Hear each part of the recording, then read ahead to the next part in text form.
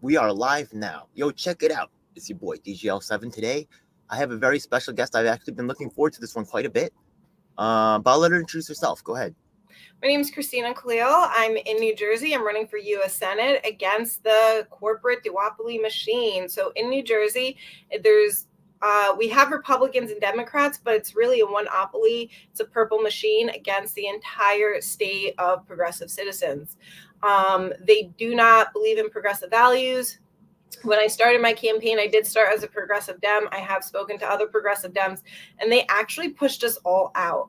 And they said to me that they love my ideas, they love my platform, but they will not support me because they're going to continue to support Menendez, and they are going to continue to support people that are more in line with their goals and not progressive values, because it doesn't match to what their donors want.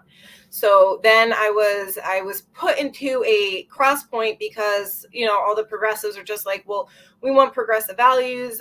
We're going to keep fighting. But I was like, I don't want to fight within the party establishment because it's too many people against us.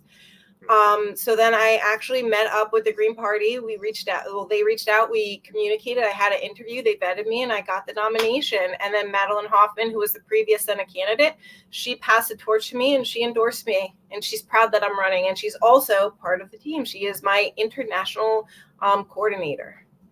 That is an amazing, setup right there. I really appreciate that. Now, I do have some other questions for you. I think. Actually, it's funny how the green world, is a little bit siloed off, right? Yeah, I'm actually in some other green worlds as well. I may have invited you to a meeting recently, right? Yeah. So what's funny was that I think in your race is also Andy Kim in that race. Yes. By the way, I saved this question for right now. I want to see your. So the thing is that last night, right? Like, I'm Korean American. Yes. They know that I really push this on their faces real hard. People know that I'm all about that life. It is what it is, right? Yeah. So the thing is, they said, "What about Andy Kim?" I said, "I'm not really sure about that guy. I'm not really. I'm cautious about him." And they seemed like they wanted me to like him. I was like, I don't know. So it's very interesting. Isn't he in the primary? And it's supposedly he's a progressive. I like his position. Seems good on paper, but I have other issues. I have my own issues. I'll tell you in a second. But I want to hear from you first. Okay. This is very interesting because it seems like he's a progressive, right? What's up? Tell me what's going on. So I actually brought this up. Oh, first off, I've been calling Andy Kim out. He has actually not been responding to me. Me neither. I'm sorry to interrupt. It's so frustrating. Go ahead. When I asked him, how are you saying your grassroots, but one of your mega donors is Sam Bankman-Fried, and then how are you getting almost $1 million, $500,000 from AIPAC, and you're making corporate deals? And then you said you got $1 million donation in a week, but you can't show the receipts that it's truly from grassroots. And you won't sign on to the Medicare for All pledge. You haven't advocated for Medicare for All. You haven't done anything for the Black community, for the Islamic community. And I'll even say this, I have not seen him do anything for the Asian communities. I've only seen him work for his corporate entities. I have not seen him work or fight for impoverished people in prison. I haven't seen him fight for people struggling with addiction. I haven't seen him fight for ending mass incarceration. I haven't seen him fight against police brutality. So that also goes with, just because someone labels themselves as a progressive actually does not mean that bar is set so low when it comes to the word progressive. I can answer some of those things on my own end. But before I get to that, just to set that up, right? I want to ask, were you involved with Democratic clubs and stuff like that? Or, right, yeah, like it sounds like you kind of like, if you're a really, really brand new person into politics, right, completely like never even involved politically, which it sounds like you were somewhat, right, yeah? Like it would be weird for this past person to actually endorse you unless your story is just really that powerful. But you also sound like you kind of know what's going on. You were kind of like playing in the game a little bit, right, yeah? I know about that too, because we're trying to make things happen here in New York, which I appreciate, right? You're actually seeing people suffer. I'm very much a similar story, right? Yeah. Mm-hmm. I look in people's eyes, they suffer, and I have to get involved in activism because I have to fix the problems that are creating, their suffering, right? Yeah. Otherwise, it's never going to end. So the thing is that how involved were you with Democrat clubs and stuff? Like what's the story there? Okay, so I got involved, I want to say between 2021, 2022, a little bit, but I wasn't heavily involved. I only got involved because I started sharing my platform. So just for the audience, I started working on this in 2018, and I started studying policies. I got trained by economics, and I got trained Wait, by political scientists, people with PhDs. where did this happen? Does this happen like a not-for-profit, or did this happen inside of like a school or something, or you went to That where did this happen? when those endorsements come out, then we'll tell the background on that. So we're working on a little big reveal, me and a few other people. Okay, because like Yes. So stay not-for-profit tuned. industrial complex is something that we're like in death grips with over here. Me and my man Chris Leon Johnson, we got a special coming up on that. Hopefully, I'm going to mention right now the Unified Platform 24 series. I think I may have talked about a little bit about that. Hopefully, you could participate. I'd even like you to run a panel. I think that you're very uniquely qualified with a very unique perspective amongst candidates. So many candidates come from bougie backgrounds. We need people like you. You know what I mean? Thank you. You get that? Like, yeah. Okay. So I'm sorry. So I'm sorry. You were finishing your Democrat. Oh, you're releasing the Democratic Club experience later. Okay, we'll find out about that. Okay. Yes. So let me tell you about Andy Kim right now. Yes. Okay, from what I've seen, there's a group up here called Korean American Association of Greater New York, and Andy Kim actually attended their last annual, like gala, whatever. Mm-hmm. Now the thing is that there's different groups out there, and I'm sorry to say, you may, this is really about you, but just so we can talk about where Andy Kim is. There's usually two forces that you really hear about fighting, and they're both millionaires. You don't really hear the side of the actual poor people. So when we take a look at the over here, the main Korean organization would be Senatorial, which is actually funded by PSL, which I actually have, very unhappy with. I know you probably like them, but to tell you the truth, I'm at like their throats. Okay, we're not gonna get into that, but that's a whole nother story. Okay, but once again, it's a lot of bougie, right? A bougie perspective, right? But you have to hold people accountable. Exactly. I'm sorry. Exactly. Not doing you got it. In my line of work and just who I am as a person, we can have these uncomfortable conversations. And if I were to sugarcoat everyone's feelings, then I would have never been able to save the lives that I have saved in my career. And so we have to hold people accountable, and it's going to be uncomfortable, but in order to grow, you have to step outside of your comfort zone. That is the only reason why I'm here today. And that is the only reason why I'm capable of challenging these people. And, people say that I'm brave doing this. I don't consider myself brave. I consider myself a regular, normal human being. And I'm used to challenging people. I'm used to arguing with people. I appreciate that. Yeah, we're going to have a chance to go all in the faces of all these, non-accountable hacks. But just so you know, the other side, the other millionaire side would be Cagney, right? Yeah. Mm-hmm. And there's a lot of groups like this. The South Asian Labor Union also has a very, there's a lot of groups out here, ethnic groups that will bring high-powered, officials. I think Grace Meng attended their last meeting. I was actually screaming about how I don't like Grace Meng. Whatever. I've been raising hell. Okay. I think that they went there to shore up her support because they know that I'm trying to cause problems there. Anyways, yeah. So, but the thing is that they also give awards to the press and things like that. A lot of successful ethnic groups do this. They have a relationship with the media, the politicians. So it's good and it's bad, right? But so the fact that Andy Kim is there is, indicative, right? Yeah, of some type of relationship with higher power, establishment, money, interest, and it means that he's acceptable to them. He's not challenging. I think you just caught it right there. I'm sorry. Yeah, you said not holding them accountable, right? Yeah. Yep. Who's he really, right? Who's he really chopping down? So I guess he's getting done what he can, but there's a limit where that goes. And as a Korean, of course, I want to support a Korean. I'm dying to, bro. You know what I mean? I'm waiting for you to come on the show, Andy. Why are there no Koreans on my show? I want to know right now. I'm saying this right here. I talk to people, white people, black people, all kinds of people. Where's the Koreans at? I'm waiting for y'all. I'm waiting for you, Andy. So I'm not saying you all bad. Now, I'm just sorry. I could talk about the Medicare for All thing. We'll talk about that later. I want to get into the actual interview right now. Well, I just want to even highlight about Korea because you bring it up. So, we also need candidates that are culturally competent and have experience in different religions, different cultures, different backgrounds. And the one thing I've learned, I've worked alongside Koreans struggling with addiction, and being elected into office. Not only am I able to help addiction here in the US, I'm able to help addiction in Korea because it's not viewed as a disease, it's viewed as a crime. And then we also go into the different status quo where it's like the person's values depending on their status. Then we go into, women, and these are just from people that I've worked with personally, women who have been raped and have a kid. what happens to them. Now they lose they get judged within society.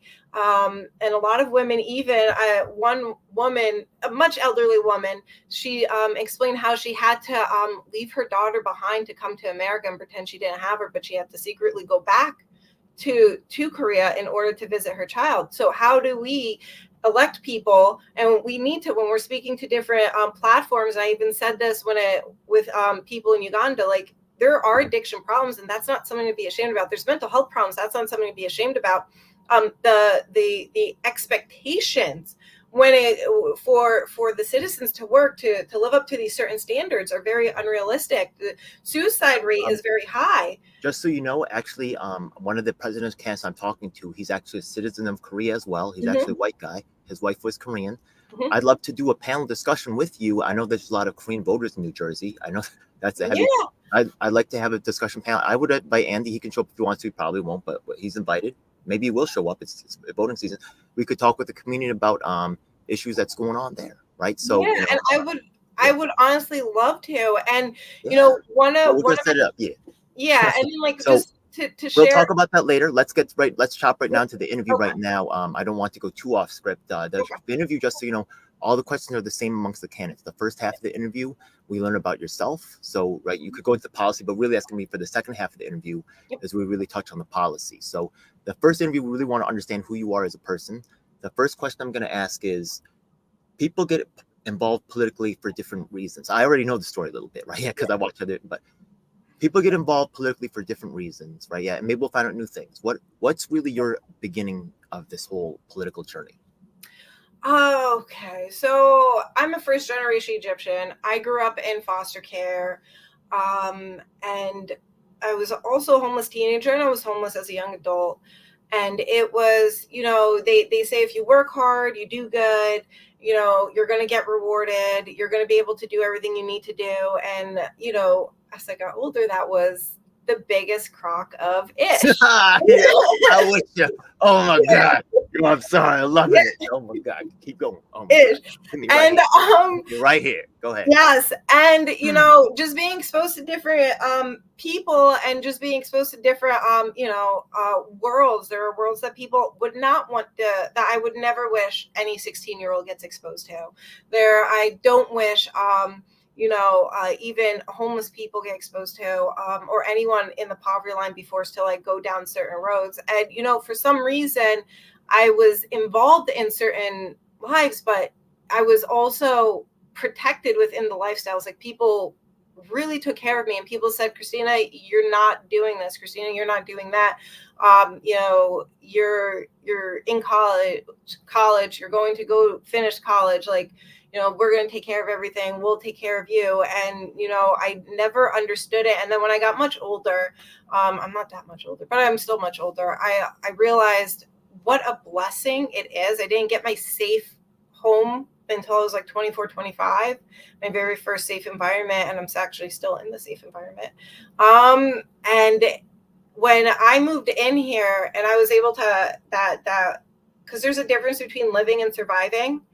And when that survival instinct was able to calm down, and I was actually the anxiety and the stressors diminished, and I was able to actually live and be in the moment. I went back to college. I got my master's.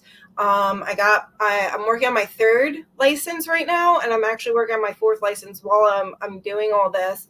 And I want to give it back to others. I want other people to come to this side. I want other people to feel safe. I want other people to feel welcomed and accepted. And I am a judgment-free zone. There isn't anything a person has ever told me that's shocked me. There have been things people have talked to me where I'm just like, maybe say that again to yourself slowly, and let's work on that. That's good that we understand the beginning, right? Yeah, we can see the original motivation. We can see what kind of issues worked on.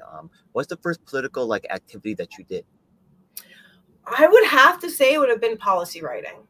When I actually had to sit down and it was grant. I had to manage a couple $1 million grant. And you got a job at a not-for-profit or something?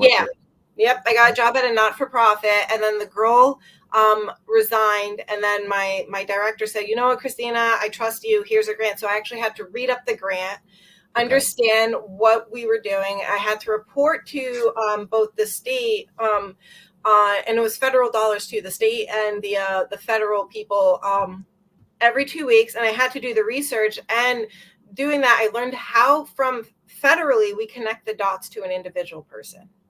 That's good. Okay, so let's go to the next question right here.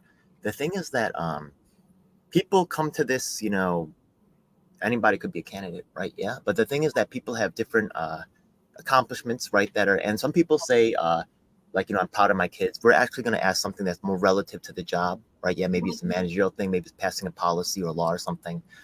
What do you think? What accomplishment are you most proud of? Or maybe it could be a couple of things, right? Yeah, but you know, really, this is just to get a, you know, what's the best thing? You get what I mean?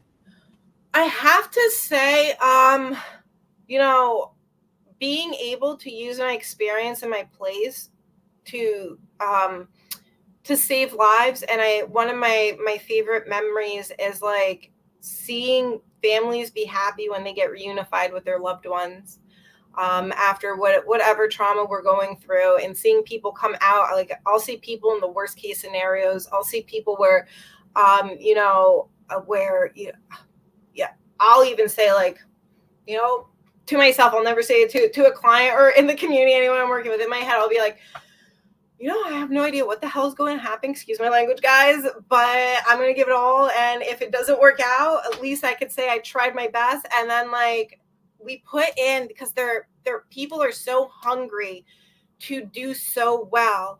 And as long as they have that one person that always stands by their side, they're always going to be the best version of themselves. And it's accepting people at the worst, understanding. So my favorite would have to just be being able to take my personal experiences, my educational experiences, my political and my career experiences, understanding it, putting it into a nice little bow, and being able to heal families. But my favorite was when I challenged a judge. A judge wanted to put my client into jail for 60 or 90 days. I can't remember.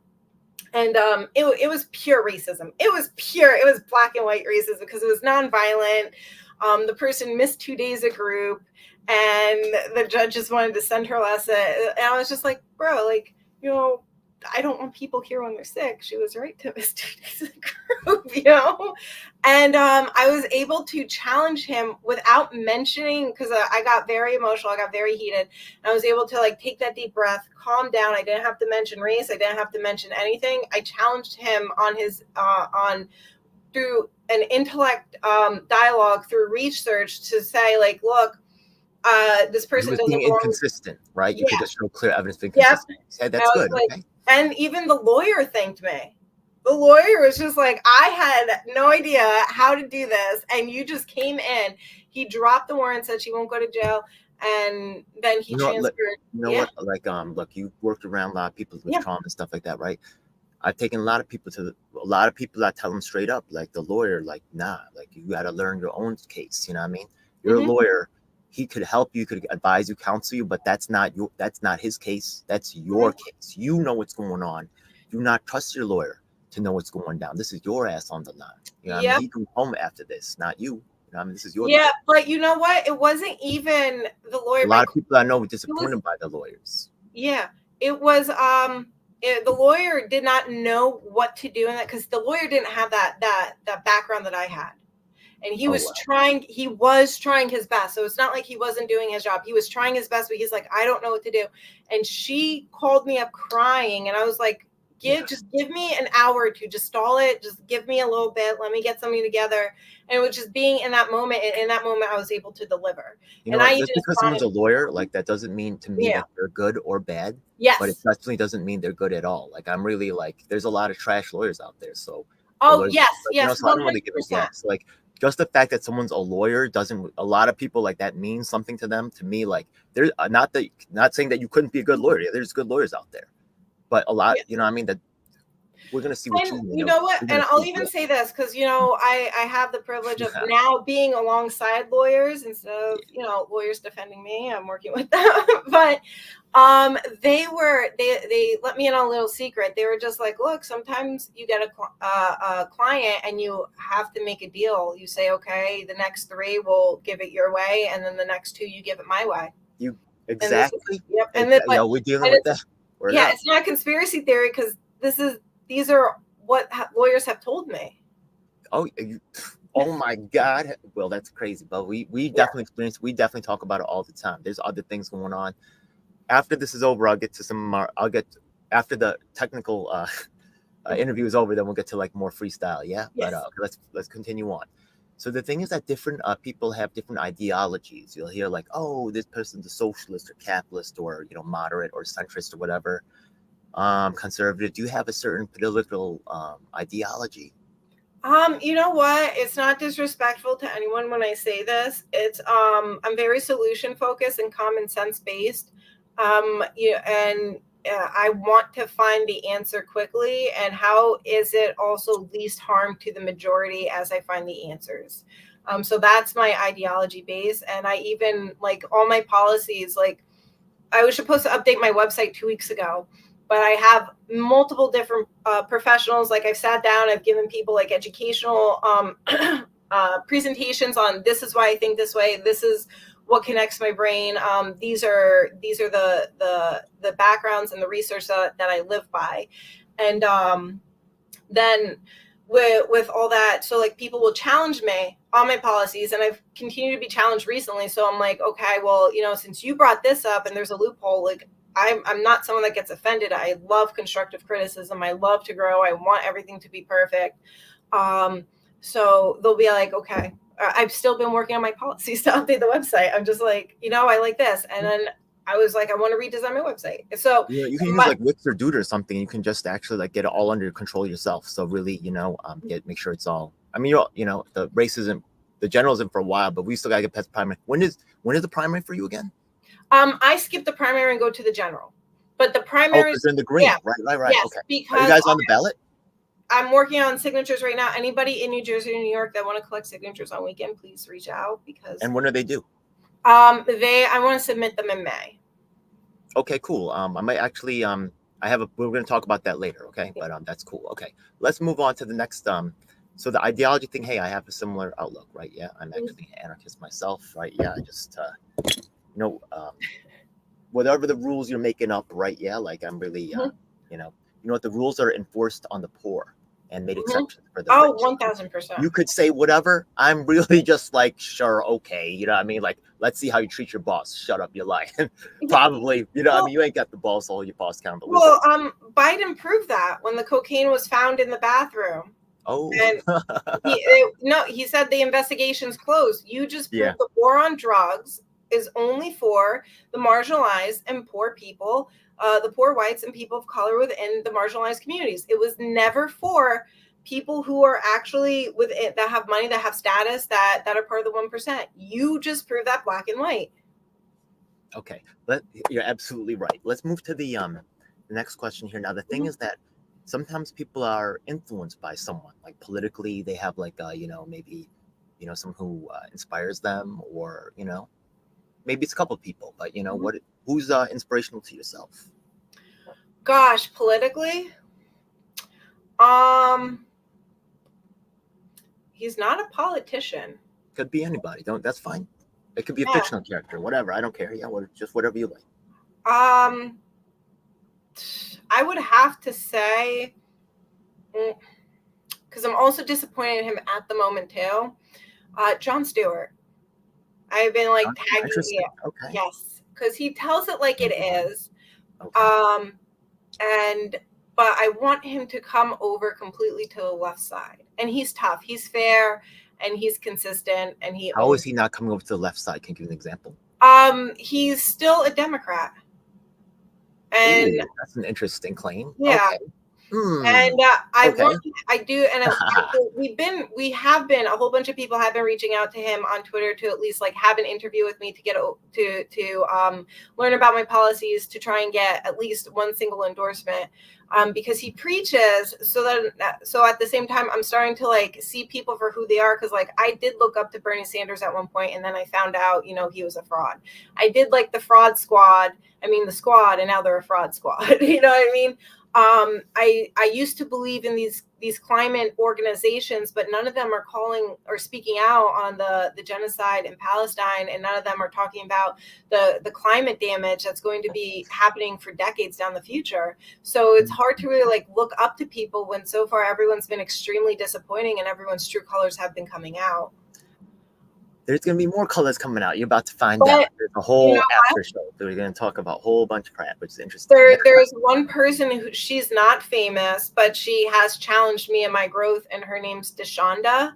cool. Shout out to She Deshaun. is, yeah, she is in Newark, New Jersey, and that woman, look, I'm a Muslim, and I've even like, I started with everything going on. I actually started questioning my own faith. Like, what's the point if the Arab nations are doing all this? We're not united. But she's a Christian, but when she prays, I always tell, if you, out of everything, besides a conversation, besides having a sit down, besides working with her, if you could get that woman to pray for you, her prayers touch your soul.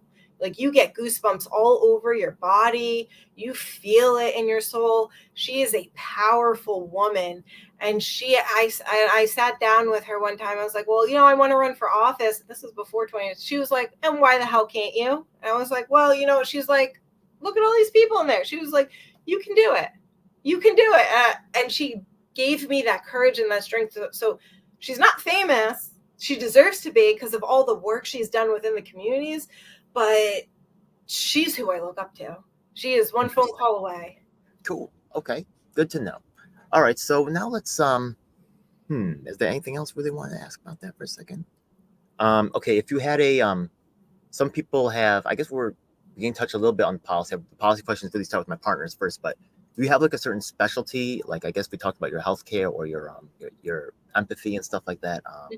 Maybe it's like knowledge of, what do you say you're you're probably your most qualified is it Addiction. healthcare? What is it? Yeah. Oh, Yeah, education. addiction, mental health. Okay. All right, good to know. Okay. All right, let's get to the policy questions now. The thing is that I always like to put my partners first. So I'm going to ask 5 questions for my partners. I'm actually going to start adding some more, actually, but we're going to start with the 5. That's been pretty much standard for years, almost a couple of years now. Anyways, let's go to the first one. So would you support the freedom of Assange? Hell yeah. Excuse my language. I'm already part of that. I'm calling him out. Very good. Let's go to number 2. Okay. So the thing is that the Yang Gang, I had some associations with them. We'll see. We'll talk about that's going to come up maybe later. But how do you feel about UBI? I'm not against it. Okay. But there is okay. So my policy combines UBI with a job guaranteed and a livable wage. UBI. Oh yeah. Okay. Livable wage and the guaranteed job. Okay. Yes. The UBI would be for more like you are getting a livable wage, like for if you have a disability, if you're a parent with a child with a disability, if you have an accident, and having these benefits kick in immediately, not 3 months down the road when you're facing an eviction letter, and then giving the power back to the doctor, not to the state, to determine whether you are approved or denied, and then the livable wage would be guaranteeing people jobs that they're able to live on it, and but we're also going to have like universal healthcare and all that stuff. So I'm not against it. My only concern with the UBI that nobody is speaking about, and we already are seeing it, is like these rent increases. There's nothing I have seen so far where people are speaking on it where it says like, oh, we're not going to give landlords or corporations the power to raise your rent. Like, you're going to have a rent control in place with the current UBI. Otherwise, things are going to, like, the price gouging is going to get even more out of control. And they're already price gouging. These prices shouldn't be the prices that they are. Yeah, there is some market disruption going on. Definitely, yeah, that's a big deal out here. I bet it's a big deal in New Jersey too. By the way, are you like from like the urban area of New Jersey, or are you kind of like more like this? What part of New Jersey are you from? I would have to say right now I'm located in northern New Jersey, but because I So grew is up that in like near New York City? Is that like on the yeah, Pathway yeah. stuff? Oh, Um, that's pretty cool. All right. but I am Quick yeah, question: have you ever heard a guy called Jay Reed the Grim? no. He's actually a violinist, and he actually does he raps too. He actually has Ooh. a yeah, he's pretty cool. He actually does some. He says he's a community activist out there. He does some open mics. Maybe drop by. Yeah, that would be cool. Yeah, send me the information. I will. I will. He's a cool guy. He's pretty good on Yeah, the ground. somebody I was told Anyways, yesterday I sorry need to to go off. find a lounge, and we'll, you know what, let's finish the Okay, interview and then we'll go off script with let's move this. on. Okay, so the UB, I think I appreciate that. I think it's just I always say this in my thing. I just want people to be cautious about it. A lot of the things they say are forced weaponized against us. So, really, once again, I don't really follow any ideology. I just like, it depends on the person implementing it, really. So, Yes. if people say whatever, okay, yeah, we'll see. I look at what they do. We're going to talk about that afterwards. Anyways, let's get back to And this. also a shot at Mr. Yang and the Yang Gang. Hell You yeah. guys are saying Sorry, yeah. Yo, you don't know, I've gone mad hard at that guy. yes, you guys need to come over and reach out to me because I saw that in New Jersey. You guys endorsed a corporate Dem, not the progressive candidate that you guys say why? you're for. Do you know why? I'll tell you why. Do you know why? He's in the pockets, money. And do you know whose pockets he's in? APAC. What's APAC? Oh, it's the American Israel. Yeah, the Alliance Israel. I don't know the letters, but yeah. How'd you know? I like to FEC and Open Secrets are my favorite things to look up. That's how I learned about Andy Kim's best friend, Sam Bankman-Fried, and I'm like, can you explain this, Andy Kim? And he actually have the screenshots. I would love to have you on the show and have you like reveal all that stuff. Oh my gosh, yes, I have the screenshots. Yeah. He untapped. You know what? When we get off, I'll forward you everything. That would be I want you on the show to do. I want you to show it. You know what I mean? This is okay. Cool. We'll put Andy Kim in the thumbnail. It's gonna be good. People are gonna watch it. They're gonna see you. Oh, here's an alternative right here. Yeah. Because I want people to know. I got your back too with the Korean. I want you to win. You sound pretty cool. Oh, and it doesn't. Yeah. The people who work with me, they're my friends. The people who don't work with me, the people who exclude me, I'm war with them. I'm telling you right now. Anybody, trust the ones that be with you, not the ones that they give you. I really liked earlier when I said who you're inspired by. You chose someone in your local clique, because you know what? If these people on TV, these one-way relationships, nah. You know what I mean? No, that's not for me. And Deshonda, I have to say she was definitely an angel, but if she wants you to grow and she sees potential, she's going to challenge the hell out of you and she's going to make you grow and she's going to make you uncomfortable. All right. So look, I really appreciate that. Yeah. So the UBI thing, just, my one little aside, just so you know, is every single Asian American captain every single borough captain was Asian American. They all quit in disgust. You look at the staff of the Forward Party, it was 100% white. I'm not against white people, but I'm saying if a black leader had if the first prominent black leader had a whole all white staff, someone would say, "What's up? Isn't there something strange here?" Right? Yeah. Yeah. Because Asian Americans were too disgusted about the selling out. We were just too disgusted. We just felt so bad. This was someone who we wanted to be the standard bearer, and he's selling out like this. No one could really stomach it. But the press doesn't care because of the way we look. Yep. Yeah. I 100% agree with you. Did you know about Andrew Yang completely abandoning the Asian Americans? I didn't know he abandoned them completely. And they're using the money, and this is actually, unfortunately, a coalition amongst the Asian American politicians, including Grace Meng. We found out when she came in because she became endorsed later on, even though to this day she's never promoted UBI. So why was she endorsed? They made a deal for the power. You know what I mean?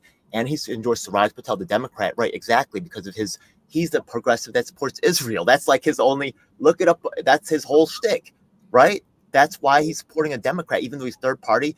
He doesn't even have to be consistent. It's so ridiculous. Yeah. This guy, needs answering questions. Yeah, it's ridiculous. When people, they do this hero worship stuff and they completely lose sight of reality. Yeah.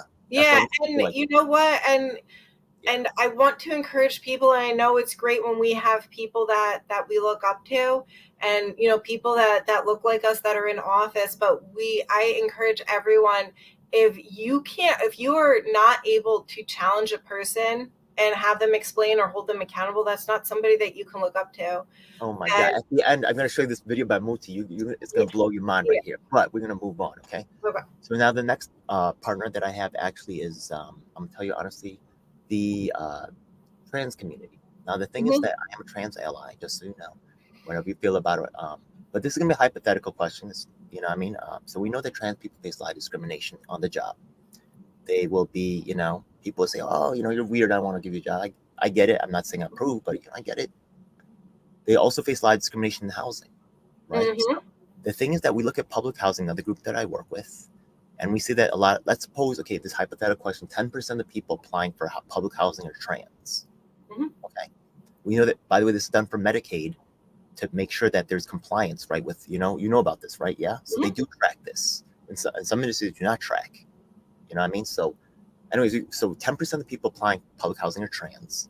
And then we see my man Trotsky, or Redder buses in the thing. He's actually was formerly serving the IDF. He actually has a lot of, I'm not going to shut him down. He makes some decent points. I don't agree with him on everything, but once again, I can have a conversation. So thanks for watching. And absolutely, we'll set up a discussion about. I think that's a good discussion to have. Honestly, you deserve a voice too, and we can show that we can. I'm not going to agree on certain things, man. I'll tell you straight up. But what was the question he had? He wants to talk about Israel because he has another position on Israel. He thinks Palestine's a scam.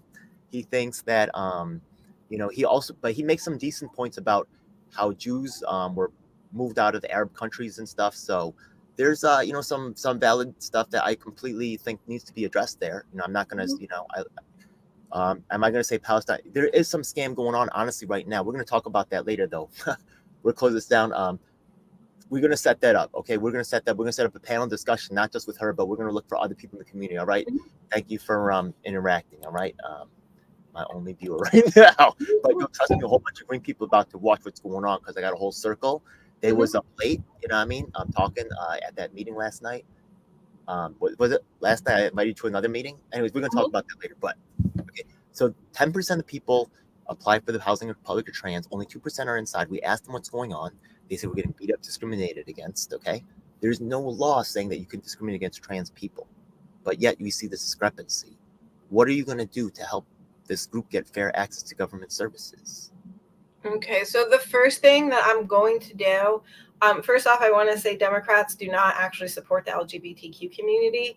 And I will die on this hill. And the reason being, because I am an ally. I work very closely with them. I have volunteered for them. I have advocated. I have argued with people on their behalf. I have challenged parents on the teenagers' behalf, the young adults. I have actually helped families reunify and understand each other. I am 1000%. I am in the dirt, mud, road, whatever, tears, sweat, and blood, right by their side, and always have been. But what are you gonna? Yeah, what are you gonna do? The first thing I'm going to do is amend the Fair Cloth Act. It was in the 90s. I want to say 1998, 1999. Why? Whatever the years. Anyway, when that act came into play, it said we cannot build any more affordable housings or expand any more zoning. So amending that is so what people can do now. So say there is a Section 8 housing. What they can do is they can tear it down within that zone and rebuild it up. They cannot build any more Section 8 houses or any more, HUDs or government housing. What is the AGB? HUD is, you know what? HUD? Yeah, HUD. You mean HUD? Like yes, HUD. Yeah, there we go. Okay. I only know things as analogies. I'm a millennial. No, it's okay. They teach you the words, but when you work in this field, you're gonna be like, oh, LSW, Sam, you just only speak on. Sometimes there's one that are close together, and I'm like, is it this one or that one? Oh, so HUD, yeah, HUD as in David. Okay, I just wanted. Yeah. That's the way I usually hear it. So, I was just checking. because I wasn't sure. So it's going to be able to. Something SUD. You know what I mean? But B, it's all, C, you know, yes. you know, I mean, E, you know, also on the same. Yeah, Yeah. okay. And then it's going to be able to expand the zoning so we can build more affordable houses, because these current pilot programs are a complete joke. They are not real affordable houses. They are not accepting people on Section 8, and they are not, because they're supposed to accept like a percent, maybe 10-15% of people on Section 8 or vouchers, and have like lotteries, but they're not paying taxes for between 20 and 40 years, depending on where they're being built. The rest of the taxpayers have to pick up the tab, and they get to say our rent's $3,000, so they're just collecting complete income. So we are going to expand, making everything livable, because what I want everyone to have is the choice on where they live. There's not going to be any discrimination allowed. There's going to be a third party filing complaint, where you don't have to worry about, you can be anonymous, you can give the details about what's happening, and you will not be held accountable, and we will guarantee there's no retaliation. Because I'm very big on being able to report safely, and You know to what, be able, if I could just jump on that just for a second, I'm yeah. actually working with a guy named, you know, Stephen Lee, who has a connection to Serpico. Serpico actually proposes outside review of Yes. agencies, including the police.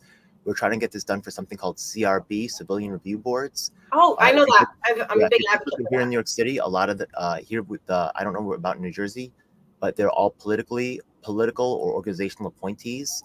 They're not really, there's very little civilian about it at all, or community about it. So we're trying to, you know, increase that and give them subpoena powers, things like that, and pass some guidelines. We're hoping to establish a national coalition to work together to make those things happen. I love your idea. It actually fits in once again with third party outside, you know, and Serpico himself, actually, you know, very well known anti-corruption guy. I think it's an effective plan. We actually have a similar. Once again, we have a lot of similarities. So I was very excited about this. Let's move on to the next question. Okay. Another group that I work with, by the way, is the disabilities community. Now, right now, unfortunately, well, you know, people say whatever, but they're actually able to be paid sub-minimum wage. Now, the thing is that maybe there's a productivity issue, you know, maybe. When you say sub-minimum wage, they're getting paid below the minimum wage? Exactly. Could look it up, yeah? I don't know about New Jersey, but I know that there is legal in the United States, right, for many cases for. That makes me angry. Well, okay, so, well, you know, I get it. You know, if they say it's a productivity issue, which actually I went to a hearing with a guy named Mark Safman. I'm sure you get to meet him. We're doing a disabilities event later on. Yeah, he's a deaf-blind advocate. We were in Albany, and the industry came out, right? There was the public hearing, and they said that it's a productivity issue, right? They can't produce as much, so we just have to give them less. So then maybe it's got to be federal subsidies or something. Well, right, I get that, but maybe it's got to be federal subsidies or something like that. But would you support at least some way for, you know, people with disabilities to get, you know, one way or the other for them to, because if you look at minimum wage, it's like kind of pegged to like poverty or, so, you know, a standard. Okay, I'm just going to say this. Just because you were born with a disability does not give anyone the right to treat you less than equal or less human, and you are not less valuable. So if you want to work and you are able to work, my platform includes you in the job guaranteed livable wage, and we're not going to be placing you where you have to lift up like 5 pounds of, like, you know, watermelons or whatever. You're going to be able to we're going to place you in a job where you are comfortable at, that actually suits your disability needs. And not only that, my platform also includes people who are on the lower end of the spectrum. One of the things that happens is when they age out of the program, you know, DDD does not, you know, it has very limited, the funding is always getting cut. They don't have a lot of resources. And then these families currently in this atmosphere and environment that we have, they are working 2 jobs. They come home, the individual is regressing because they don't have the time or the energy to continue the education. And this is going to also boost our economy, because we're going to be giving lifelong education assistance and a livable wage and job guaranteed to the people on the low end of the spectrum. And it's not me giving them jobs. If they need to be in school for the rest of their lives so that they are able to continue to grow and gain, you know, skills the families don't have anything to worry about because they go to school during the day and then they come home and they know these people and they're in a safe environment, then yes, that's what we're going to do. And this is also going to include people with disabilities in rural areas. We're going to be opening up stuff for them, and they will not be forgotten about. No one in the geriatric population is going to be. Give me a second. You said you're going to open up stuff for them. What stuff? Okay, so we're going to be able to give them easier access to continuing education, and we're going to see what we can do on a federal level. Is it transportation that they need? Do we open up schools in that area? Is it going to be, do they need assistance? Do we pay people to go into the houses and do daily education? Where are they? I did get the overall question about, like, yes, put them wage, but Yes. I do want to just shout out my man, Mark Safman. He's actually a guy for his advocacy for the deafblind, and a lot of times communication issues are really his accommodations for people with, he's trying to push for Braille, he's trying to push for a lot of things, co-navigator programs. So appreciate that. Yeah, I appreciate your support for that community. Now the last I think I said 5, right? I think we're almost at, we did 4 so far. I think we're 5 now. So the last one's the right to repair. You ever heard of right to repair? What is that? Okay, so right now, just so you know, like, let's suppose that you have an Apple phone and you break your screen, right? Mm-hmm. Then a lot of times Apple will just try to tell you to buy a new phone. They don't want to just fix the screen. Actually, they've won so far that now they put a little code inside the screen, so you cannot replace the screen, because if you do, right, it'll just it won't work. So they force you to buy a new phone. This is why I'm Android. So I've never actually dealt with this. It goes further than this. Okay, it goes further than this. The fact is that a lot of companies now have predatory contracts where, let's suppose McDonald's, you ever go in there and the ice cream machine never works. You can look at this up afterwards. It's a well-known, meme. Okay. The thing is that it costs them $20,000 every time to fix the ice cream machine, because there's a proprietary contract that they made with the company. So they never want to fix it, because they'll fix it and they'll work for a little bit and then it'll break again. And they're like, yo, we're just getting robbed. Screw this. You know what I mean? Mm-hmm. So, yeah. Yes, 100% right to repair. Biden had to make a law for the military to get access to repair their own machines now. You know what I mean? Just like Tesla. I don't know if Tesla can be operated on at any service car garage, but they're trying to make cars now, or all technology where you can only but yeah, so from the way you're explaining it, it sounds like it's going to go further into the monopoly side of everything, and monopolies should not exist anyway, where it's like you buy this one product, now you have to stick with this product for the rest of your life, and this is where everything's getting, and you can only go to this one place, and it's also limiting the ability of people being able to master multiple skills. So yeah, I'm going to be 100% on board with that, because we don't need monopolies. I like people that want that dabble in a whole bunch of things. So, and if my mechanic down the street can give me a better deal than the dealership, I'm going to my mechanic. And I also want to support local businesses on top of it. You're putting it more power into corporations and less power into the people. Okay, so one thing that now we're going to go into like a little bit more freer portion, but not the complete freestyle. This is still part of the regular interview, right? We're still asking on policies. So you're running for Senate, and the thing is that Senate is actually a federal position, so you'll be having influence on, all kinds of things. Now, right now, we know there's some hot topics. We will be getting to immigration, asking about other things like that. But very interested, you're actually Egyptian. I know Egyptian has had its own colorful history with the U.S. and the Arab Spring and all this other thing. Oh yeah. We did talk about Palestine for a second, right? So I just want to get your take on what's U.S.-Egypt relations. What you feeling?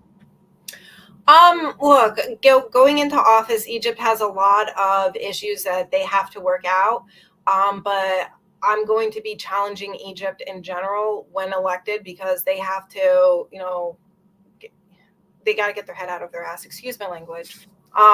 They are not going to be westernized. No one's trying to go in and dictate anything. You guys need to be progressive and actually support your communities and your people within the country.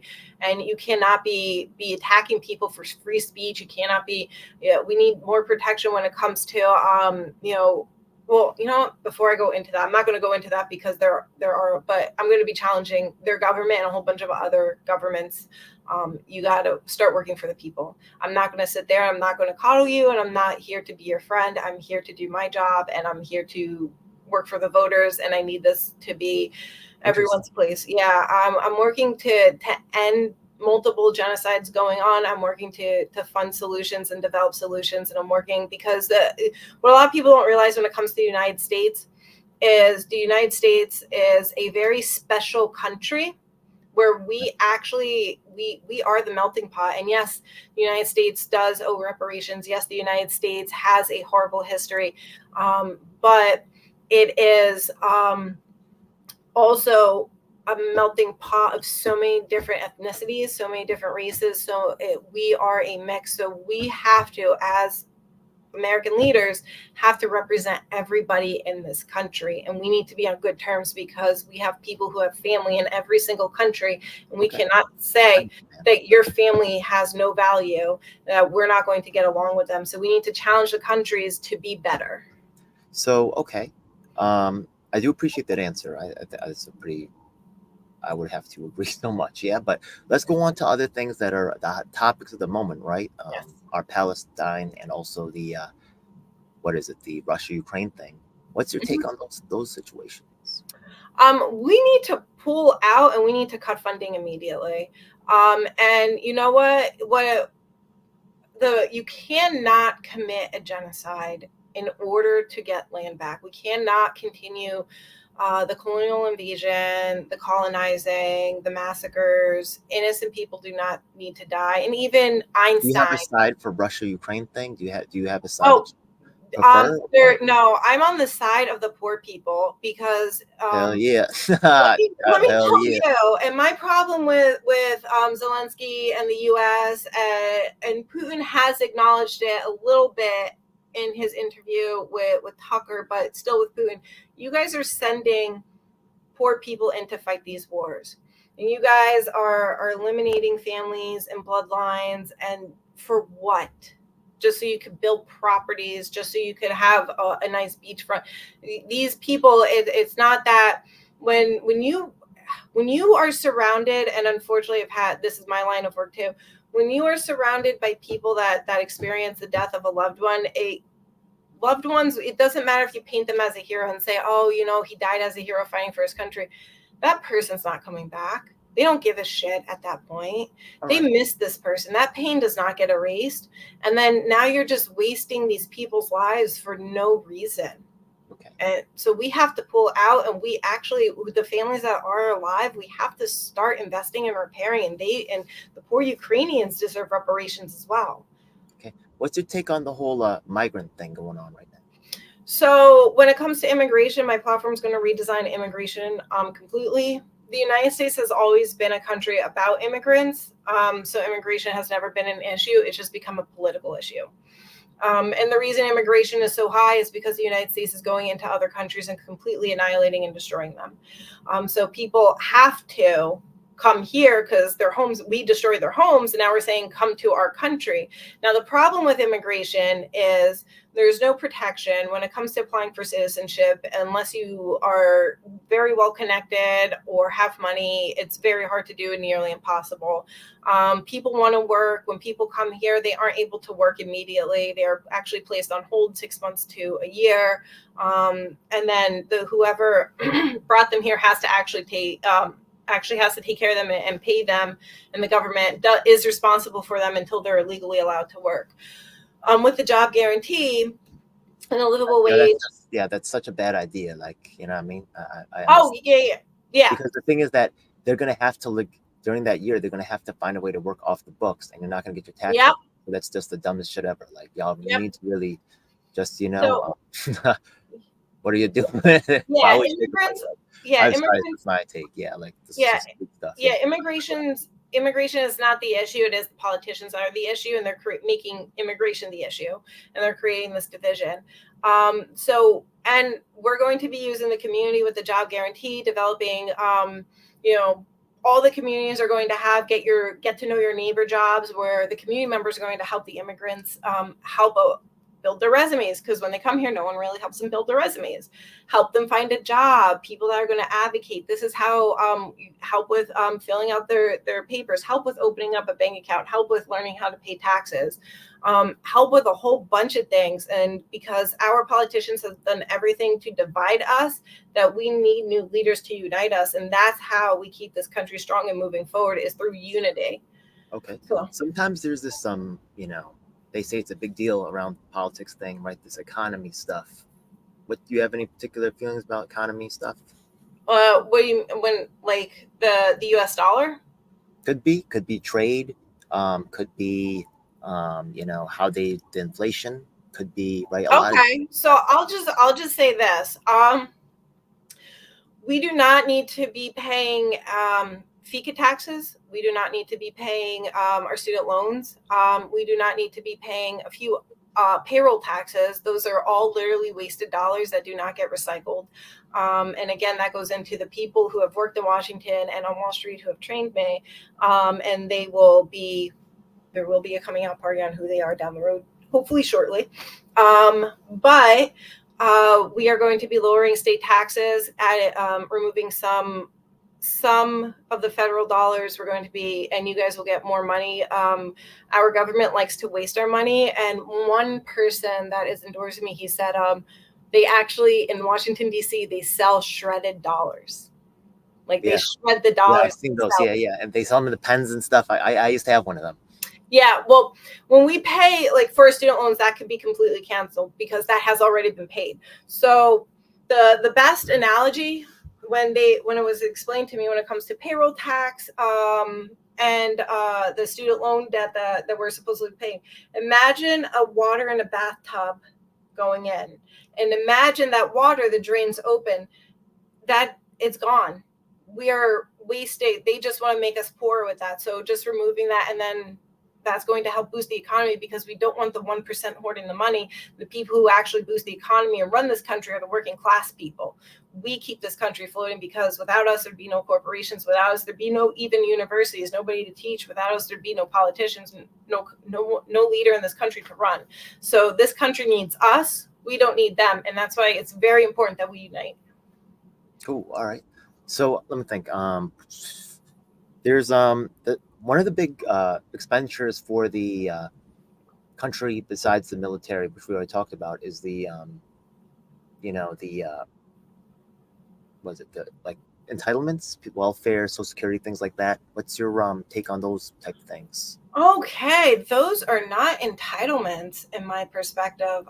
Again, it is the people who run this country. So if the guy who's working, a good example, there's this gentleman a couple months ago, he was working at this machine shop. The machine slipped out and his leg actually got severed and the bone came out. It was a very bloody scene. And, luckily his leg got saved. But why is that an entitlement if he has to go on disability until he's able to walk and be normal? Why did he have to go get his leg back together and come to a machine shop with crutches? These aren't disabilities. I mean, these aren't entitlements. Entitlements are the tax cuts for the wealthy. Entitlements are not paying your taxes for the wealthy. Entitlements are being able to pay a very low wage. Entitlements are having these young immigrant children, undocumented, not go to school and work for your corporations and your slaughterhouses, and you don't have to pay them a good living wage at all. Those are entitlements. And rights are you being able to collect your disability check if you're disabled, you being able to, if you need to get food stamps because you hit hard times. Though we need to take care of the people who take care of this country. So when people hit hard times, we need to boost people up. I want to just shout out, I think it was communities, retirees or something, some organization. There's some communities, actually, there's some municipalities that are actually cutting back on the healthcare that was offered to seniors. They're saying, "Oh, we're having financial problems. I'm sorry, but we're gonna re-edit your healthcare. We're gonna re-edit what you were getting. Right? You were getting this pension. Oh, well, we can't afford that. We're gonna edit it down a little bit. That wasn't the agreed to plan, right? What is this? Yeah. We just changing this stuff. Get out. Okay, so I'm just gonna say this. So Greenspan, and he's a Republican, said publicly that we have the resources and we have the money to pay people as long as the resources and we have the right people to pay. The American people are the resources that I'm going to be investing in. And that's how we're going to be tackling inflation and a whole bunch of other things. Your current politicians and elected officials do not see value in the people in this country. And that is the problem. People grow old and they want to view this as a sin and a problem that, age is happening. No, you worked and you ran this country for 50, 60, some of them 70 years. So you know what? We're going to take care of you. You enjoy the rest of your life. You did what you had to do. Now it's our turn to take care of you since you took care of this country. And so we have the money. There is no pension crisis. There is no social security crisis. There is none of these are all fake crises because the US dollar, what a lot of people do not understand is not only are we a currency issuer, we are a currency issuer not tied to the gold bar standard. We hold the value in the dollar. The gold bar in other countries do not hold the value in our dollar. Yes, we are the currency issue, the main currency in the world, but we can put this money into our country, hold the value, create the prices. I don't know if you know, but the U.S. is abusing the hell out of it. They're abusing the hell out of it. Yeah, so they are. And my fear, and I spoke. Again, I've spoken to the people. This has been their entire career. And I said, learning all this, I'm scared. The only thing I'm scared with BRICS, because BRICS can go one of two ways. One, our politicians can tell the truth, own up to it. They've been lying to us for so many years. Wait a second. I know what BRICS is, but my audience may not know. Okay, so what is BRICS now? But it's interesting because we don't really have control of BRICS, do we? So yes. What is BRICS? You tell the audience. Yes and no. And it depends on who you have in office. Okay. Okay. So BRICS essentially is a group of countries that the U.S. has harmed, which good for them. I support BRICS. We have caused the damage. Go do your own thing. They are not going to be trading in the U.S. dollar. BRICS is going to each other too. Yeah. Yeah. But BRICS stands for what? Brazil. Is it Brazil? Yeah. Russia, India, China. Australia? I don't know. Brazil? Oh, is it Brazil? I'm not sure. I can't even. What's the first one? Is it in the BRICS? Is it Brazil? I'm going to do this right now. I don't know. I forgot. Yeah. I know Russia, India, China's in there. Okay. Brazil, Russia, India, China, and South Africa. South Africa. Oh, interesting. Yes. There we go. So, yes, those countries, but Egypt has joined BRICS, and a few other countries has joined BRICS as well on top of it. So I support BRICS because you know what? We've placed sanctions. We've held limitations. We've hurt the communities for so many years. Wait a minute. As BRICS, so you're saying BRICS would let the USA join, or is BRICS like a non-USA? Non-USA. It's a coalition. That's all it is? Yes. It's a coalition that they're going to do free trade. Okay. And they're not, because what the but U.S. not with the U.S. Yeah. What the U.S. is doing. So the U.S. is getting sanctions. Yes. Like Cuba, for example. We have harmed Cuba and Venezuela. And the one thing with Cuba that drives me crazy is like their healthcare system is just amazing. Why aren't we lifting the sanctions, improving people and building better international relationships, and then developing that unity and that creativity within the medical field so we can get their medical care here, because they've had a lung cancer vaccine for years, and lung cancer is one of the top killers in the U.S. because of the pollution. Okay. Why don't we exchange that? Because if you go over there without having a connection or without being a politician, get that vaccine, you're going to prison. You're going to get in trouble or a huge fine. Yeah. Okay, it's time for the challenges now. We're going to ask some challenging questions.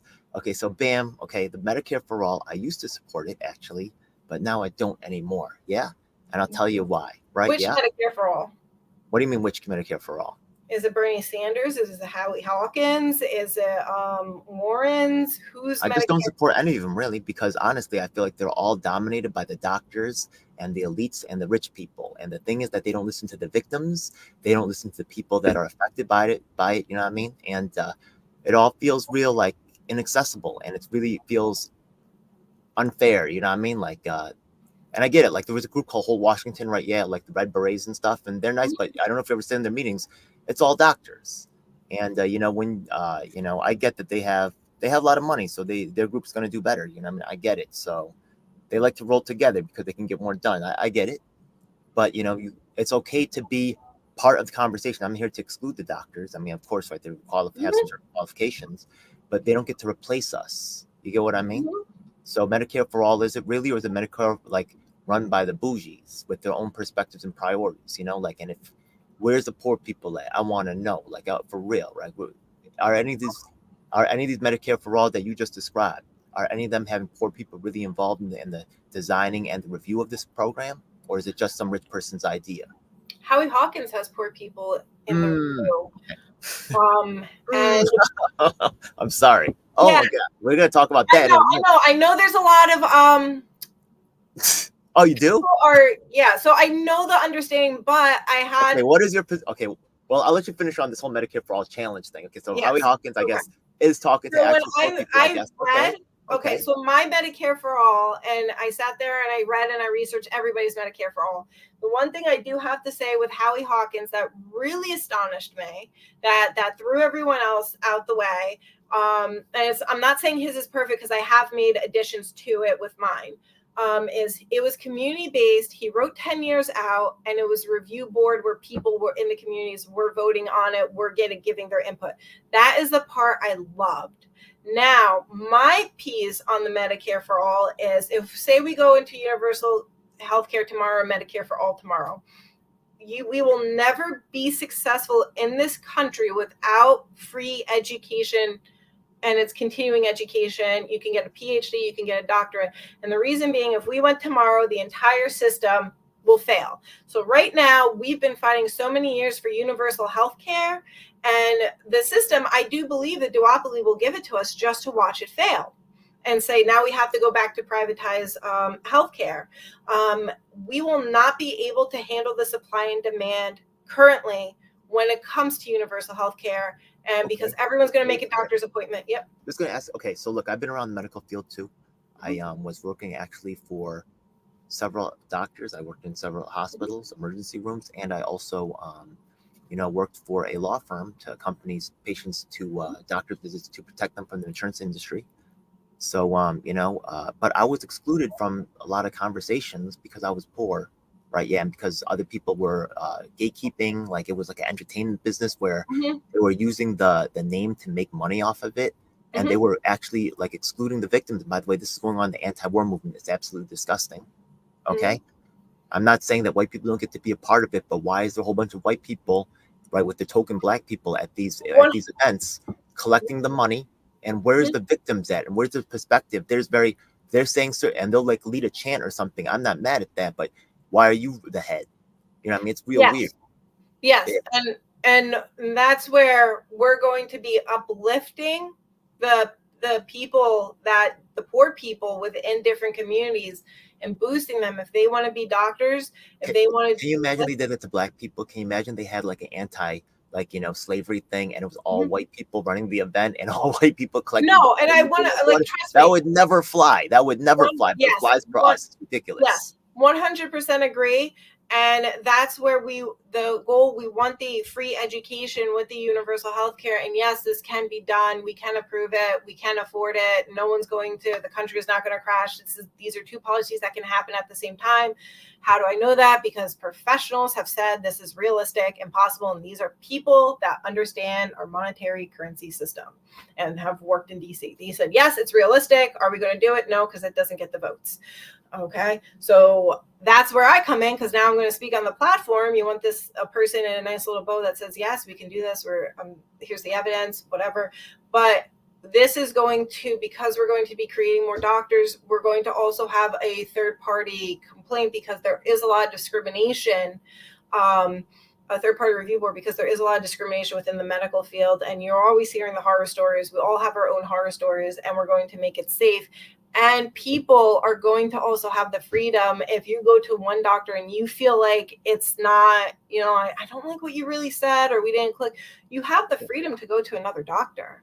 And the doctors are going to have to be able to, if they don't have your question answered, they're going to say like, look, doctors are freely able to say, I don't have enough information on this, instead of going with, okay, I'm required to say this, that, and the third. You know what? Actually, I don't know how many. This is actually something that happens a lot of doctor visits. The thing is that now, because of the insurance, right, because they want to keep the same amount of money, they have to see like 6, maybe like 5 patients an hour. So the nurse comes and does all your vitals, right? Yeah. The doctor rushes in the room. Tell me if I'm wrong. Rushes in the room. Oh, 100%. Reads the stuff off your chart like this. Right? Yeah. Right. As fast as he can. And they said, "This is your diagnosis. I got you. Right. Here's your prescription. All right. How you feeling? You okay? You know what I mean?" And then he's got to go. You know what I mean? Is this your experience? Oh yeah, I don't think I've not had this experience. Exactly. I think this is normal, but yeah, with this, the doctors are not going to be able to rush because we're going to also. You said that earlier. People get the burnout. You know what I mean? Yes. I really appreciate this is going on in so many industries. We're really being commodified and maximized in value, and it's really hurting the quality. We're all overloaded. Yeah. I'm sorry. Go ahead. But with the universal health care, my plan is going to be free education, but we're going to be able to boost people. And if people want to be able to get, a doctor to become a nurse practitioner or whatever they want, we're going to be able to actually like push them forward. So it's time to invest in the people, and that's where the resources and that's where our value is going. Okay. I'm about to smile on your face. Oh yeah, I'm about to share a video with you. Okay. And I wonder if I wonder if it's gonna blow your mind. We're gonna see. Yeah. I don't know if you know anything about this. Okay, so we'll see. Oh, okay. Give me a second. Let me pause right here. Okay. So I'm gonna share my screen. Give me a second. Share screen. Okay. Sorry. Give me a second. Okay. Here we go. Yeah. Okay. This right here. Okay. This is Muti Ojama Oseboro. He's actually one of the longest wrongfully incarcerated men in state history. No, in the nation's history. He actually was imprisoned in, Philly, Pennsylvania, which is actually he had a direct tie to Mumia Abu Jamal. You know who Mumia is? Mumia Abu Jamal? You got to tell me the background. Mumia Abu Jamal is probably the United States' most famous political prisoner. He's a former Black Panther. There we go. I know who he is. Okay. There you go. Okay, yeah.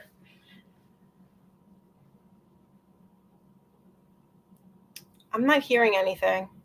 I'm sorry. Okay, let me go in and reshare. I'm sorry. I probably didn't check mark the video box. Okay. Video. Okay, share screen over here.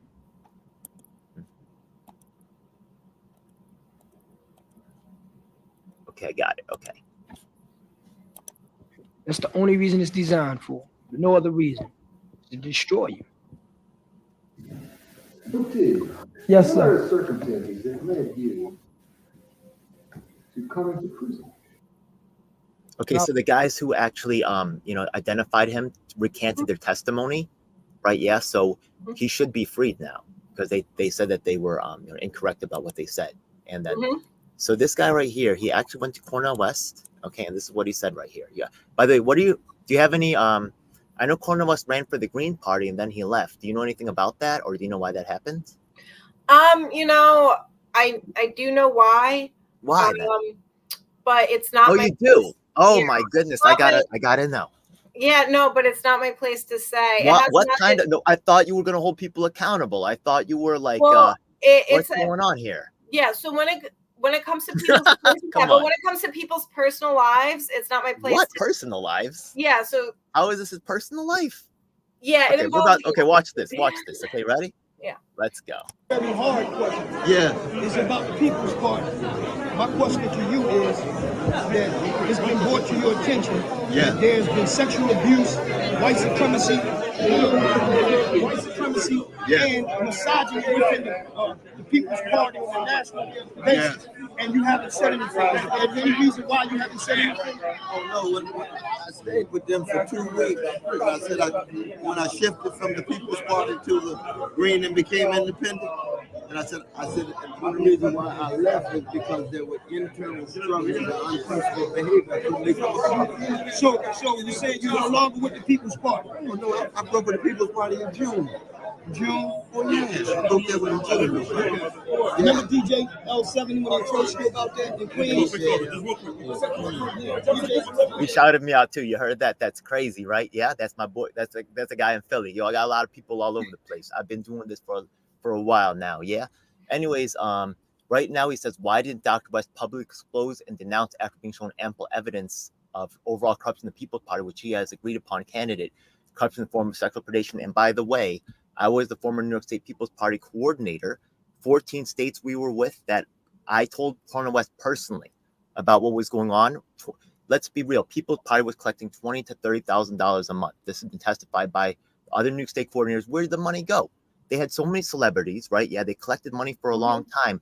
They set up no state apparatus. Meanwhile, in New York City, they ran the, I'm working with on the ground here, the Conservative Party, the Medical Freedom Party, right? There was multiple parties that ran.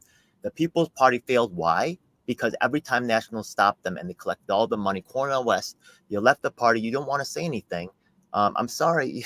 Yo, I was, okay, maybe you know about that, maybe you don't, but I'm telling you right now, my people's dropping it. Not only that, there's going on the Greens too. I'm sorry, it's your turn. Go ahead. Okay, so I can speak on the political aspect, but when it comes to people's like family lives, it's not my place to share family drama or like family. Oh, he said he had like family problems. Well, not everyone in the family supported the Green Party, and not everyone in the family supported his run. His family? I mean, People's Party? Yeah. So, yeah. So, but why would he drop and run independent? That has nothing to do with. And that's the big question. And then, yeah. So there. Well, that doesn't add up. Everything's going. But when it comes to the Green Party and on 50 ballots, when he did leave, right now, maybe he has a change of heart, and I wish him the best of luck. I'm also very disappointed in him for him talking about Alexei, who passed away in Russian prison, and he called him a political prisoner and held him a hero when he was like not. So I'm disappointed in him from that. But when it came to the Green Party, he was not interested in actually building 50 states, and he was not interested in actually building the infrastructure, which is very interesting because now he started his own party, and you're going to have to do 50 times the more work than what the Green Party already had. Okay. Let me actually tell you, because I was actually working with him, and I've worked with other people. Like I know his campaign manager now, Edwin De Jesus. We're not really cool, okay, because they sold out, and I know, okay. But the fact of the matter is that 14 separate states came out, right? Yeah, and when you listen to the People's Party, if this was another country, people would immediately see the problem. There's no elected state leaders that you hear from. It's one celebrity or another. They're covering up for the friends. This is actually an aristocracy of elites that are covering for each other. Yep. And it's disgusting and wrong. Once again, $20,000 to $30,000 went missing. The list of the volunteers has been captured by corporate campaign consultants. That's all being passed around by Peter Dow and them. None of the organizers got that information. You know how these parties work. Yeah. They stole our money. They stole our resources, selling us a dream. Cornel West was part of that. Now, the reason why I have interviews with Robert Shields, formerly of Green Party Alaska. I don't know if you heard of him, but he actually got Jesse Ventura on the ballot. Remember that in 2020? Okay. So the thing is that after that, the Green Party Alaska, the Green Party's official website points people to the Aurora Party. Did you know that? No. Okay. I'll show you right now. The thing is that, right, it seems very strange because the Aurora Party, do you know about the Aurora Party? I've never even heard of them. They're set up in Alaska to actually promote Cornel West campaign. So it seems strange because they should be promoting Jill Stein. Why not? Because all the rich people have no accountability. And I'm sorry to say this is also true in the Green Party. I can get that answered for you. And, I'm sorry, just last thing I want to just mention is there's I work with the Greens. Remember my work? I did Greens, Independents, Republicans. I work on the ground with all of them. I know the personnel personally, all of them. Yeah. So the thing is that wait, let me just share this window right here. Okay. So the thing is that working with them personally, the third party space is under attack because the establishment knows, the money knows that most Americans don't want the duopoly anymore. They're sick of it. You know, a majority of this has been proven again and again. So they're moving to make a collusion amongst leadership. Angela McArdle, right? Yeah, the Libertarians. I don't know if you follow this stuff. Yeah, Jill Stein. They're all appearing together. Nick Brana. They're all getting together, and it's like a little millionaires circle at the top. And that's why Cornel West can move from one to the other with no questions. That's why, right? Yeah, he's accepted the Green Party with no questions, and then he can just dump out, and his campaign manager, Jill Stein, just moves into place. They're just I can't blame them. They take in the money, but the fact of the matter is that the ground has to do their job. But right, we're not strong enough. And honestly, the press is not covering our stuff. They're blackballing me, my work, Yeah. many other people's significant work too. I'm sorry. Me too. I'm done. But, Okay, go ahead. I do have to say, because I know there were some people, Jill Stein did not want to run. She was really putting all her eggs in a basket with Cornell, just because she felt like, you know, it was time to pass the torch. Okay. Whoa. Well, I got something else to say about that. Is that what she said, or is that what you know? This is what I know. This is, you know, people that are very close to her. And actually, she did say that at one meeting. She was like, she's done running. And then when Cornell left, still got the money. Yeah. When Cornell left, it became because it was his name. Like, he brought a lot of attention to the Green Party. They're both covering for Nick Brana, by the way. I really hope Jill is not, and they definitely are, because we've already got them actually. Yeah, Cornell, no, but I got people all over the country. We got it to Cornell West. We're getting to Jill Stein actually in 2 weeks. Yeah. So I'm if Jill is, I'm gonna watch that. If Jill is covering really for Nick Brana, and I'll ask her directly and say, you know, you're going to get exposed if, you know, you really good. Tell her 12-7. They know I'm coming for them. Yeah. So because what Nick Brana is not, from what I've heard, and I'm very thankful to have never met him or interacted with him, and from what I've heard, I would never want to meet or interact with him ever. Okay, well, let's look at some more evidence right here. Yeah, because here you can see this is the actually gp.org. This is the official Green Party website, right? Yeah. And you can see there is no affiliated state Green Party in Alaska, but there is a group called the Aurora Party. They're clearly steering people to this group Aurora Party. You see that? Then they say over here, the political party named Green Party of Alaska is not affiliated with the Green Party of the United States. You see that? They're disavowing Robert Shields and his guy, right? Yeah. I had the treasurer on my channel, by the way, who's elected to city council in Alaska. Okay. He's actually elected to actual position. Very rare in the Green Party, by the way. Okay. Not a lot of us. So that's a huge accomplishment. Well, you got one in Pennsylvania who's a mayor. Okay. Yeah. That's good. Okay. Sometimes there's other things we want to hear. Sometimes it's good, sometimes bad, right? Like here in New York City too, sometimes there's crossover between the Democrats, and sometimes it's more cozy. I don't know how much is going on right? Yeah, sometimes more cozy than you like. So we'll see. Yeah, I really don't know what's going on. I have to meet him. I'm sorry, I haven't really talked with that guy yet. He's been reelected, I think, 3 times. Like, there's no challengers. Everyone loves him. Well, I've reached out. We'll see. Yeah, I might have talked to him before. I'm sorry, I talked to. I think I would remember that one. I would, but I actually I definitely reached out at some point. Anyways, yeah. So petitioning is underway for the nomination. You can reach these campaigns through the website. They're clearly pushing people towards the site. Let me go to Aurora Party. Okay. I'm going to have to because this is all new to me. So I'm going to have to definitely do more research. And I'm wondering if it's like the same thing, because like in New Jersey, we are the Green Party. But the way the state has it set up, we're going to have our own line as the Green Line, but we're all in the state going to be registered as independents at the same time. So we're going to be Green Independents. Okay.